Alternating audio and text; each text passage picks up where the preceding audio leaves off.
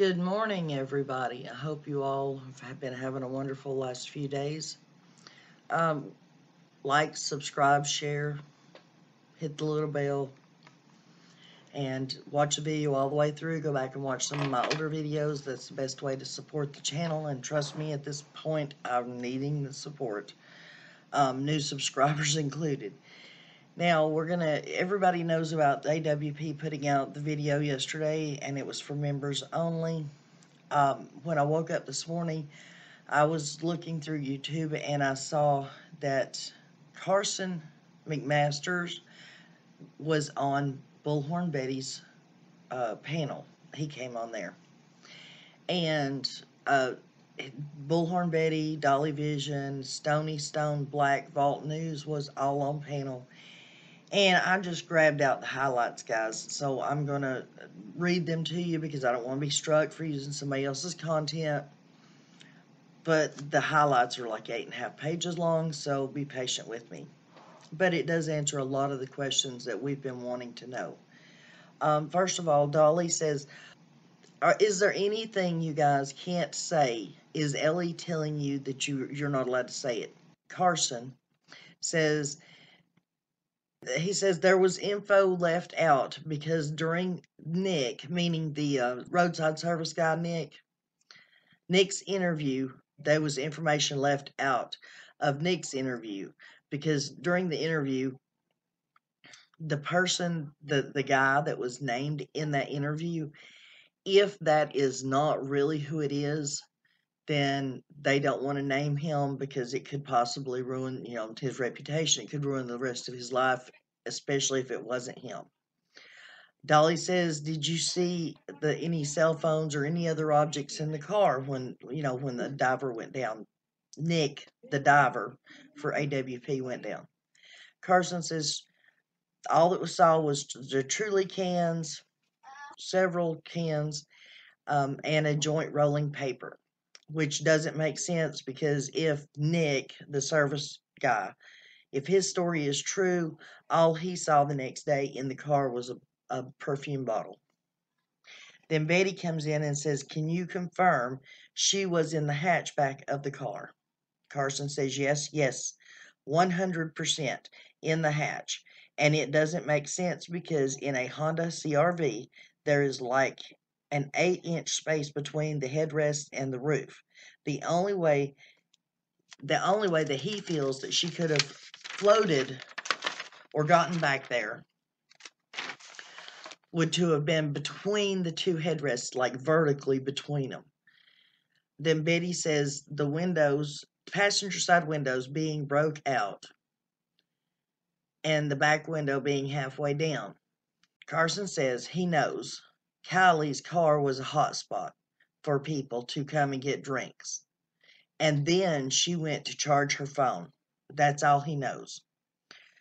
Dolly said, is there any way to tell what gear the CRV was in? People are saying that the car was in neutral. Carson says, yeah. If you watch the video, when Carson, and Doug saw the tires spin as it was being pulled out, that can only happen when the car is in neutral, which doesn't make sense because if you're driving or driving home, why would you put the car in neutral? The only thing I can think of, maybe if she was intoxicated, maybe she was trying to put it in park as like the, e-brake, but then you have to press a button to get the e-brake to come on.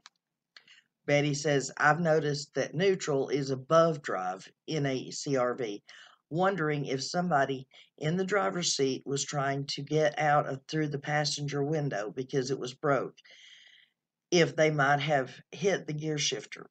Carson says, right. Well, it is all possible. You can theorize that's what happened.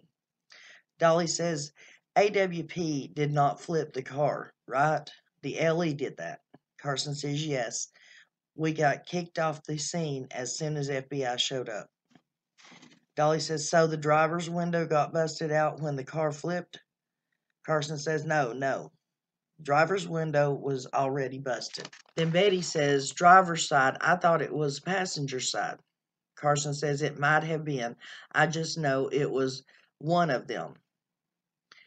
Dolly says, when you all saw the car underwater, was the mirror already broken or was it still intact? Or did it get broken when they pulled it out? Carson says, I don't know. To be honest, it all happened really fast. It was Nick's first time diving for them. If Doug had gone down, he could have gotten a better report. But great training for Nick. Now, I want to iterate right there. I saw an interview with Nick and Doug one day, a couple days ago, and Nick plainly states it's not like he's saying that this is Nick's first time diving. Nick is a trained, certified scuba diver with all the credentials he needs. I'm assuming what Carson's saying is this was just his first time going down and getting a report on remains and the car being underwater and getting all those details.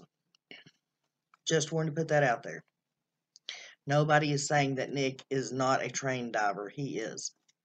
Okay, going on with it. Dolly says, what do you think about Ellie when they gave you guys the map and told you guys where to look? How did they overlook the car? Carson says, with a newer car, it comes up different on sonar, 100%. A newer car, newer vehicle will give you a misread. That is because an older car has built up sediment on the top layer of the vehicle, and it helps absorb sonar better, so it is very likely they could have missed it, but also places theory. What if this is foul play? If whoever found out that Ellie had searched that area, if they put the car there maybe afterwards? Betty steps in and says, that's what some speculation is online.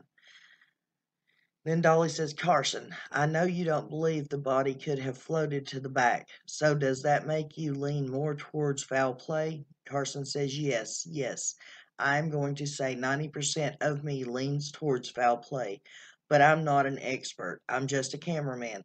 That's up to Ellie to determine. I just film the episodes and put them together.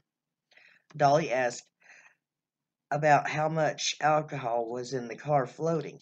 Carson says, in the section that is blurred out, you can see a packet of Truly. I'm assuming that's an alcoholic product.